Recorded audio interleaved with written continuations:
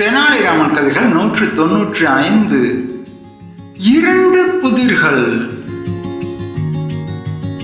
விஜயநகர பேரரசின் அரசவை வழக்கம் போல மிகச்சிறப்பாக குடியிருந்தது. அன்று மன்னர் கிருஷ்ணதேவராயர் சற்று சலிப்புடன் காணப்பட்டார். அவர் தனது அமைச்சர்களை பார்த்து, அமைச்சர்களே, அரசவை இன்று மிகவும் அமைதியாக உள்ளது.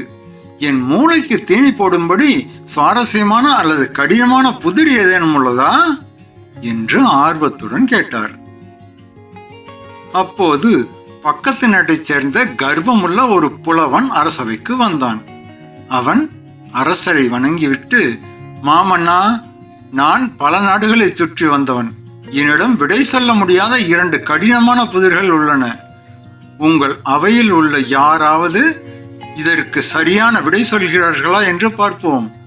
முடியாவிட்டால் உங்கள் அவை அறிஞர்கள் தோற்றுவிட்டார்கள் என்று பொருள் என்றான். அரசர் அவனை பார்த்து, சரி, உன் புதிர்களை சொல்.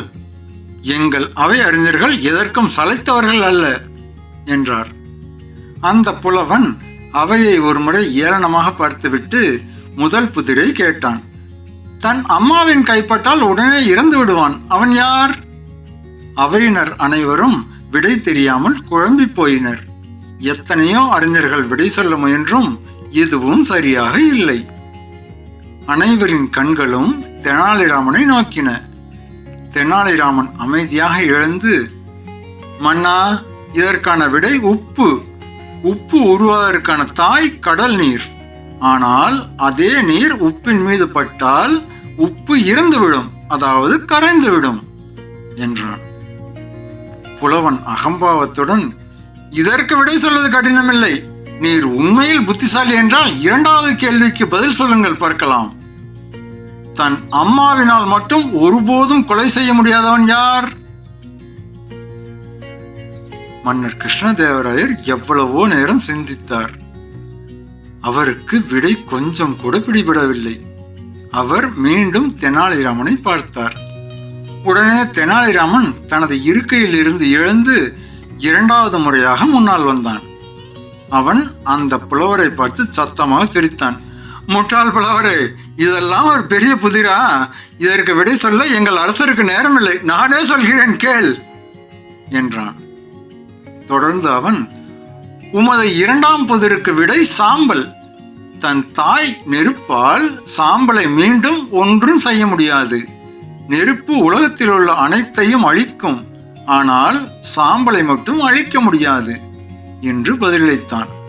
இந்த அற்புதமான விளக்கத்தை கேட்டதும் மன்னர் கிருஷ்ணதேவராயர் மிகுந்த மகிழ்ச்சி அடைந்தார்.